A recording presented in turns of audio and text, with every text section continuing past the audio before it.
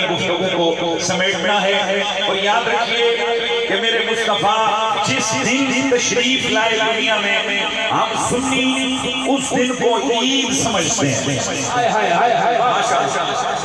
ایک جو پچھلے دوران سوشل میڈیا پہ کافی بحث شروع کی گئی کہ جی سنیوں نے تیسری عید نکال دی ہے اسلام کے اندر، یہ تیسری عید کہاں سے لے کے آئی؟ تو میں نے نیشنل ٹی وی چینلز پہ سوشل میڈیا پہ باقی ہر جگہ جہاں میں جاتا رہا میلاد کے جلسوں میں، وہاں پر میں نے اس بات کو کیٹیگوریکلی اناؤنس کیا، کیٹیگوریکلی بیان کیا، جھوٹ بولتے ہو جو کہتے ہو کہ ہم سنی نبی علیہ السلام کی ولادت باصحابت کے دن کو تیسری عید کہتے ہیں، جھوٹ ہے۔ کوئی سنی نبی پاک کی ولادت باصحابت کے دن کو تیسری عید نہیں کہتا۔ تمہیں کس کے کہا کہ ہم میلاد محمد